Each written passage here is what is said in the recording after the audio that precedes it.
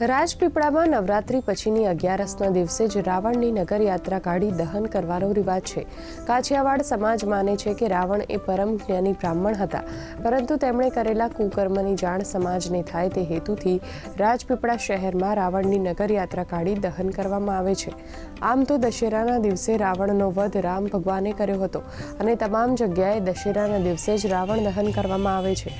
માનવામાં આવે છે કે દશેરાના દિવસે રાવણનો રામ ભગવાને વધ કર્યો હતો, પરંતુ હિન્દુ શાસ્ત્રોક્ત વિધિ મુજબ રાત્રિના અગ્નિદાહ અપાય નહીં, જેને કારણે રાવણના અંતિમ સંસ્કાર 11ના દિવસે જ કરાયા હોવાની માન્યતા છે।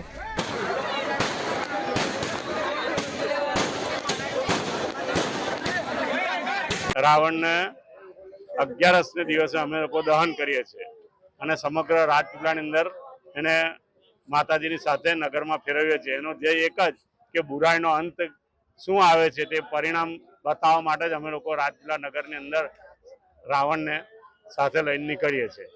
રાવણ બનાવે છે જેમાં સૂકા ઘાસનો યુઝ કરવામાં આવે છે, ત્યારબાદ એમાં ફટાકડા ભરવામાં આવે છે અને બધે જ દશેરાના દિવસે રાવણનું દહન થઈ જતું હોય છે। પરંતુ આપણી સાંસ્કૃતિક પ્રમાણે જો સંધ્યાકાળ પછી મૃત્યુ થાય તો આપણે બીજા દિવસે દહન કરતા હોઈએ છીએ, તો એ સંસ્કૃતિને જાળવવા માટે અમે 11ના દિવસે રાવણ દહન કરીએ છીએ અને આખા નગરમાં નગરયાત્રા ઘુમાવીએ છીએ।